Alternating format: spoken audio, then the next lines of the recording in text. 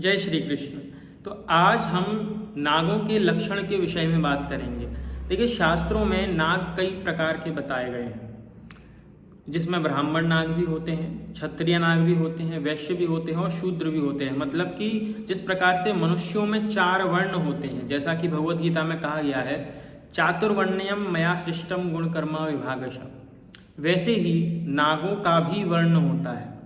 और क्या बताया गया है कि शेष वासुकी, शेषनाग जिस पे भगवान विष्णु शयन करते हैं, वासुकी जी जो भगवान शिव की आपने देखा होगा गले में लिपटे रहते हैं, तक्षक नाग जो परीक्षित जी को काटने के लिए आए थे, करकोटक, पद्मा, महापद्म, शंखपाल, कुलिक।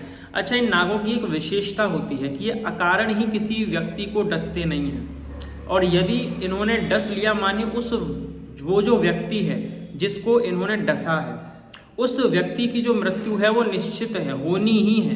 कोई औषधि, कोई मंत्र कार्य आने वाला ही नहीं है, क्योंकि इनका काटा हुआ, इनका डसा हुआ, इसकी कोई दवा बनी ही नहीं है। केवल यही ठीक कर सकते हैं और कोई ठीक कर ही नहीं सकता पूरी सृष्टि में।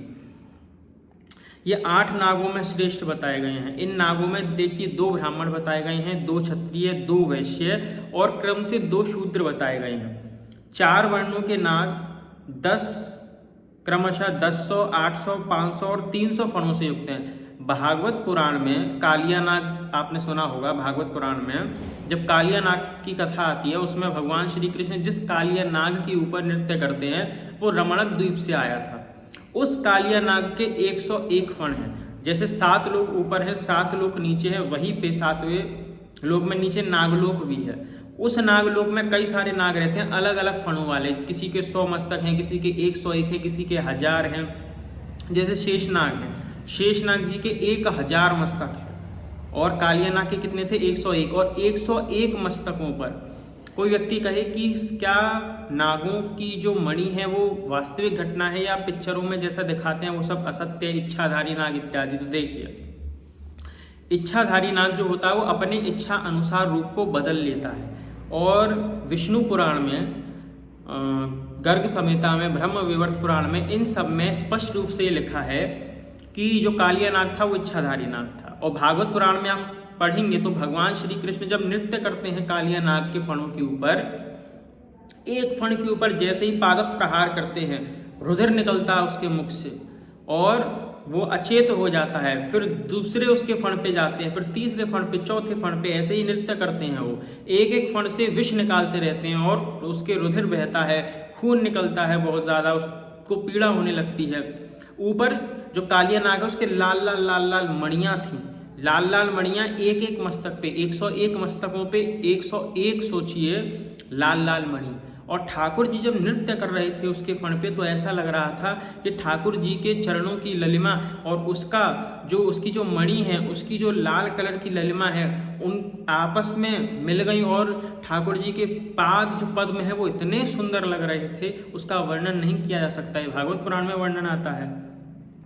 तो यहाँ पे इनके वंशज 500 नाग हैं, उनके असंख्य नागों की उत्पत्ति हुई। अच्छा, इनमें वर्ण संकर भी होते हैं। जैसे मनुष्यों में आपने सुना, यदि ब्राह्मण का विवाह किसी अन्य वर्ण की कन्या से हो जाए या फिर किसी अन्य वर्ण से विवाह कर ले, तो उस प्रकार से एक वर्ण संकरता फैल जाती है। माने कि न तो ब्राह्मण कुल का रहेगा न क्षत्रिय कुल का रहेगा, ऐसे ही एक अलग वर्ण उसका हो जाएगा। ऐसी नागों में भी वर्ण संकर होते हैं। यहाँ पे सर्पों का वर्गीकरण है। एक होता है भौम, एक होता है दिव्य, सविष, निर्विष। इसमें कुछ भेद हैं। सविष में 2 भेद हैं, एक है दर्विकर, एक है मंडली। निर्विष में भी 2 भेद हैं, जिसमें राजीमान और वैकरंच। दर्विकर में ये फण वाले हैं, मंडली अल्प फण वाले, माने इनके कम फण होते हैं मंडली में। और निर्विष में जो राजीमान वैकरंच बताए हैं, राजीमान में फण विहीन, इसके फण ही नहीं होते हैं। और वैकरण जो है दर्विकर, मंडली तथा राजीमान सर्पों की संकर संतानें होती हैं। जो ये वैकरंच है ना, वैकरंच कैसे होता है? जो दर्विकर सांप है और जो मंडली सांप है, जब इनमें आपस में संकर्य हो जाता है तब वैकरंच नाग की उत्पत्ति होती है। तो ये वर्ण संकर है। इसकी आकृति के विविध प्रकार के प्रभावकारी हैं, माने कि अलग अलग, मतलब इनकी आकृति इनसे भिन्न ही होती है क्योंकि वर्ण संकर है। अच्छा, इसमें सुश्रुत संहिता में भी बताया गया है कुछ तंत्र कल्पस्थान अध्याय 4 श्लोक 25 से 28 तक इसमें कुछ विशेष चिन्ह रंग के आधार पर सर्पों में ब्राह्मण आदि जातियों की परिकल्पना की गई है। ब्राह्मण वर्ण के जो सांप होते हैं उनका रंग अलग होता है, क्षत्रिय कुल के जो सांप हैं उनका रंग अलग होता है, ऐसे ही वैश्य और शूद्र का भी समझना चाहिए। तो जो सर्प मोती और चांदी के समान सफेद हैं, कपिल वर्ण के सुनहरे रंग के तथा सुगंध युक्त होते हैं, वे जाति से ब्राह्मण माने गए हैं। और जो स्निग्ध वर्ण माने कि चिकने होते हैं, अत्यंत क्रोधी, सूर्य और चंद्रमा के समान आकृति या छत्र अथवा कमल के समान चिन्ह धारण करते हैं, जैसे राजाओं में चिन्ह आपने देखे होंगे, वैसे ही उन्हें क्षत्रिय जाति का सर्प मानना चाहिए। जो काले होते हैं, वज्र के समान रंग वाले हैं, और जो कांति से लाल, धूमिल, कबूतर से दिखाई देते हैं, वे सर्प क्या है, वैश्य माने गए हैं। और जिनके रंग भैंसों और चीतों के समान हो, जो कठोर त्वचा वाले हों, भांति भांति के विचित्र रंग वाले जो सर्प हैं, वो शूद्र जाति के हैं। अच्छा, इनके जो वर्ण भेद है, उसके वर्ण भेद से इनके जो रहने का स्थान है वो भी अलग अलग पाया जाता है। जैसे कि मैं बता दूं, इसमें बताया गया है, इनमें नागों की त्वरिता देवी का आभूषण बताया गया है शारदा तिलक में, और नारायणीय तंत्र के श्लोकों में इन नागों का ध्यान भी बताया गया है।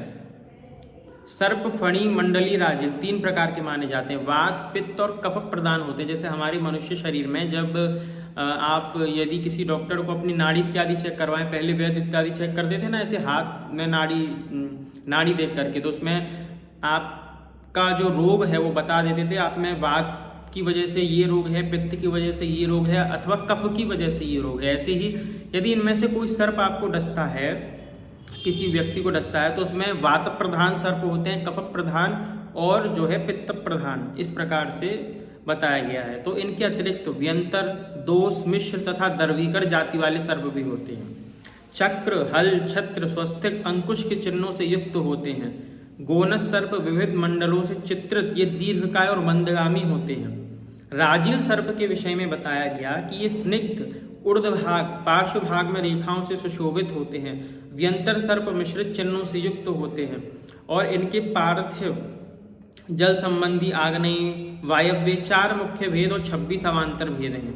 गोनस सर्पों के 16, राजिल जाति सर्पों के 13, व्यंतर सर्पों के 21 भेद हैं। सर्पों की उत्पत्ति के लिए जो काल बताया है, उससे भिन्न काल में जो सर्प उत्पन्न होते हैं, अब देखिए इसमें स्पष्ट रूप से ये बताया कि जो काल सर्पों की उत्पत्ति का, यदि उससे भिन्न, जैसे कि जो आमों का सीजन होता है ना, आमों का एक अपना अलग सीजन होता है, यदि उससे अलग सीजन में यदि कोई आम उत्पन्न इत्यादि होता है, तो वो इतना अच्छा माना नहीं जाएगा। क्यों नहीं? क्योंकि जिस सीजन में, जिस फ्रूट का सीजन है, जिस फल का सीजन है, उसमें यदि वो खाया जाएगा तो ही उतना प्रभावकारी होगा, अन्यथा नहीं माना जाएगा ना।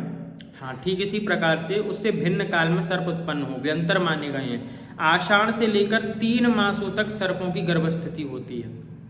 3 महीने तक 3 महीने तक सर्पों की गर्भस्थिति होती है। गर्भस्थिति के 4 मास व्यतीत होने पर सर्पणी 240 अंडे प्रसव करती है। सर्प शावक के उन अंडों से बाहर निकलते ही तो 240 अंडे प्रसव करती है।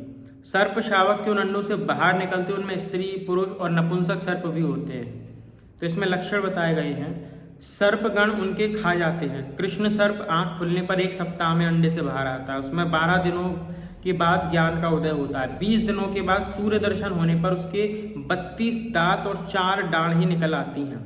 अब ये 4 डाढ़ें क्या है, इसके विषय में हम किसी अन्य दिन चर्चा करेंगे। आज के लिए केवल इतना ही। जय श्री कृष्ण।